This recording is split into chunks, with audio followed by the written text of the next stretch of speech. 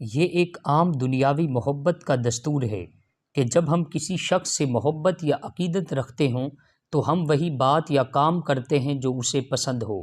ہم ہر وقت خائف رہتے ہیں کہ ایک معمولی لغزش یا خطا سے وہ خفا نہ ہو جائے۔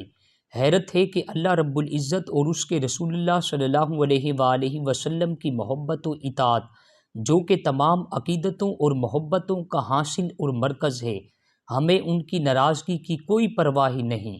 کیا ہمارے ایمان اتنے متزلزل ہو چکے ہیں کہ ہم نے ان کے احکامات کو یکسر فراموش کر دیا؟ ہم نے یہ کبھی نہیں سوچا کہ اس بے اعتنائی کا کتنا اثر ہماری اخروی زیست پر پڑے گا۔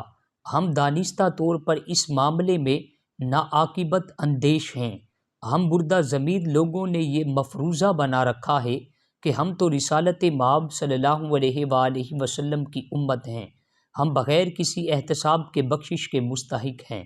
ہر بات میں دوسروں پر طعن و ملامت اور پند و نصیحت کرنا اپنا فرض اولی سمجھتے ہیں۔